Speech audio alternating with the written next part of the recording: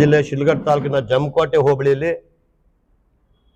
ಕೆಡಿಬಿಯಿಂದ ರೈತರ ಫಲವತ್ತಾದ ಭೂಮಿಯನ್ನ ಆ ಕೆಡಿಬಿ ವಶಕ್ಕೆ ತಗೊಂಡ ವಿರುದ್ಧವಾಗಿ ಸುಮಾರು 2 ವರ್ಷಗಳಿಂದ ನಾವೆಲ್ಲ ಹೋರಾಟ ಮಾಡ್ತಾ ಇದ್ದೀವಿ. ರೈತರ ಪರವಾಗಿ ರೈತರ ಫಲವತ್ತಾದ ಭೂಮಿಯನ್ನು ಅವ್ರಿಗೆ ಬಿಟ್ಕೊಡ್ಬೇಕು ಒಂದೇ ನಮ್ಮ ಉದ್ದೇಶವಿಟ್ಟು ಬೇರೆ ಯಾವುದೇ ಉದ್ದೇಶವಿಲ್ಲ. ನಾವು ಕೈಗಾರಿಕೆ ಸ್ಥಾಪನೆ ಅಥವಾ ಕೈಗಾರಿಕೆ ಪ್ರಾರಂಭ ಮಾಡೋದು ವಿರುದ್ಧವಾಗ್ಲೂ ಇಲ್ಲ. ಏನಲ್ಲಿ ಸುಮಾರು 13 ಹಳ್ಳಿಗಳಲ್ಲಿ ಸುಮಾರು 2823 ಎಕರೆಯನ್ನ ಇವರು ನೋಟಿಫಿಕೇಶನ್ ಮಾಡಿದ್ದಾರೆ.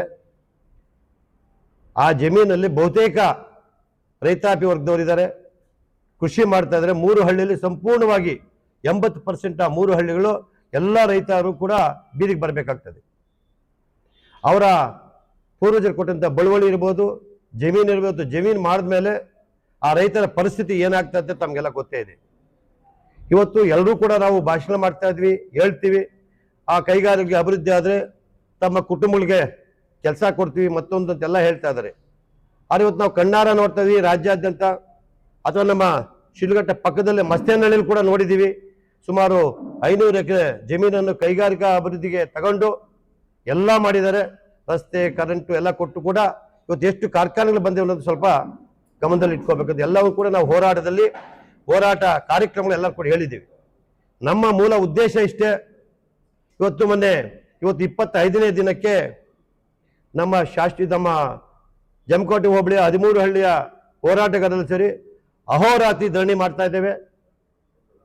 ಯಾವುದೇ ಒಬ್ಬ ಅಧಿಕಾರಿಗಳಾಗಲಿ ಕೆಡಿಬಿ ಅಧಿಕಾರಿಗಳಾಗಲಿ ಯಾರೂ ಬಂದು ಅದಕ್ಕೆ ಸಮಜಾಯಿಸಿ ನಮ್ಮ ಬೇಡಿಕೆಗಳಿಗೆ ಸ್ಪಂದಿಸಿಲ್ಲ ಅಂತೇಳಿ ಮೊನ್ನೆ ನಾವು ರಸ್ತೆಗಳದು ಗಲಾಟೆ ಮಾಡಿದಾಗ, ರೈತರು ಟ್ರ್ಯಾಕ್ಟರ್ಗಳೆಲ್ಲ ಬಂದ ಹೆಣ್ಣು ಮಕ್ಕಳೆಲ್ಲ ಗಲಾಟೆ ಮಾಡಿದಾಗ ಮೊನ್ನೆ ಜಿಲ್ಲಾಧಿಕಾರಿಗಳು ಮತ್ತು ಜಿಲ್ಲಾ ವರಿಷ್ಠಾಧಿಕಾರಿಗಳು ಬಂದು ನಮಗೆ ಸಮಾಧಾನ ಹೇಳಿ ನಾನು ಕೆಡಿಬಿಯ ಮುಖ್ಯ ಅಧಿಕಾರಿಗಳ ಸಂಬಂಧಪಟ್ಟ ಜೊತೆ ತಮಗೆ ಅವಕಾಶ ಕೊಟ್ಟು ಮಾತಾಡಕ್ಕೆ ಅವಕಾಶ ಕೊಡೋದ ಮೇಲೆ ನಾವು ಆ ರಸ್ತೆ ರೋಕವನ್ನ ಕೈ ಬಿಟ್ವಿ.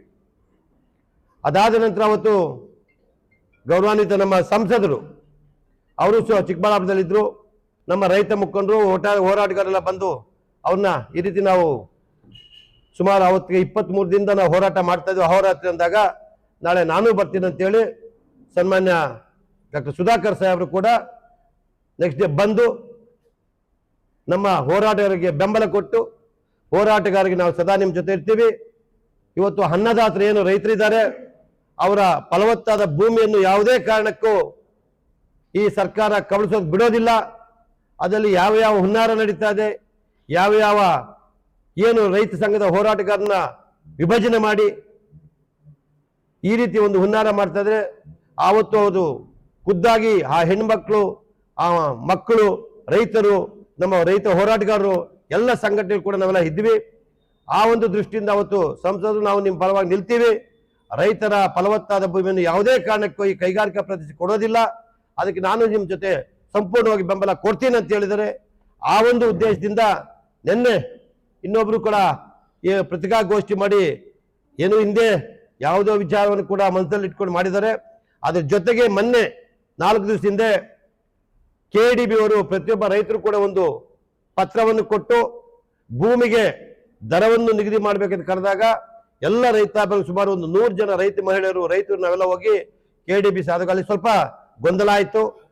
ಅವತ್ತು ಸನ್ಮಾನ್ಯ ರಾಜ್ಯಾಧ್ಯಕ್ಷರಂತ ಕೋಡಳ್ಳಿ ಚಂದ್ರಶೇಖರ್ ಬಂದು ಆ ಅಧ್ಯಕ್ಷರು ಆ ಡೈರೆಕ್ಟರ್ ಅವರ ಆಫೀಸಲ್ಲಿ ಕೂತು ರಾತ್ರಿ 9 ಗಂಟೆಗೂ ಕೂಡ ಚರ್ಚೆ ಮಾಡಿ ಹಲವಾರು ರೀತಿಯಲ್ಲಿ ಚರ್ಚೆ ಮಾಡಿ ರೈತರು ನಾವು ಮಾನ್ಯ ಮುಖ್ಯಮಂತ್ರಿಗಳ ಹತ್ರ ಚರ್ಚೆ ಮಾಡ್ತೀವಿ, ಅದುವರೆಗೂ ತಾವು ಯಾವುದೇ ಒಂದು ಕಾರ್ಯ ಏನು ಅಭಿವೃದ್ಧಿ ಅಥವಾ ಡೆವಲಪ್ಮೆಂಟ್ ವರ್ಕ್ ತಗೋಬಾರ್ದು ಅಂತೇಳಿ ಒಂದು ಆಶ್ವಾಸನೆ ತಗೊಂಡು, ಆ ಜೊತೆಗೆ ವಿಶೇಷವಾಗಿ ಈಗ ಏನು ನಮ್ಮ ಆ ಪ್ರಾಂತ್ಯದಲ್ಲಿ ರೈತರ ಪಾಣಿಗಳಲ್ಲಿ ಕೈಗಾರಿಕಾ ಅಭಿವೃದ್ಧಿಗೆ ಅಂತೇಳಿ ನಮೂದನೆ ಮಾಡಿದರೆ ಅವೆಲ್ಲವನ್ನು ತೆಗಿಬೇಕಂತ ಹೇಳಿ ಅದಕ್ಕೆಲ್ಲ ಒಪ್ಪಿಗೆ ಕೊಟ್ಟು ಮೊನ್ನೆ ಜಿಲ್ಲಾಧಿಕಾರಿಗಳು ಅಲ್ಲಿಂದ ಕೂಡ ಒಂದು ಪತ್ರವನ್ನು ಕೂಡ ಆ ಕೆಡಿಬಿ ಉನ್ನತ ಅಧಿಕಾರಿಗಳು ಕಳಿಸ್ಕೊಟ್ಟಿದ್ದಾರೆ.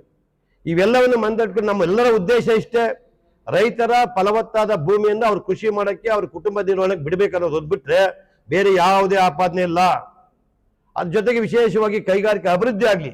ಇನ್ನು ಶಿಡ್ಲಘಟ್ಟ ಕ್ಷೇತ್ರದಲ್ಲಿ ಎಲ್ಲಿ ಇವತ್ತೇನು ಭೂ ಸ್ವಾಧೀನ ಕಾಯ್ದೆ ಪ್ರಕಾರ A&B ಕ್ಲಾಸ್ ಭೂಮಿಯನ್ನ ಕೃಷಿಗೆ ಬಿಡಬೇಕು, C&D ಕ್ಲಾಸ್ ಭೂಮಿಯನ್ನು ಮಾತ್ರ ಕೈಗಾರಿಕೆ ಉಪಯೋಗಿಸ್ಕೋಬೇಕು ಅಂತ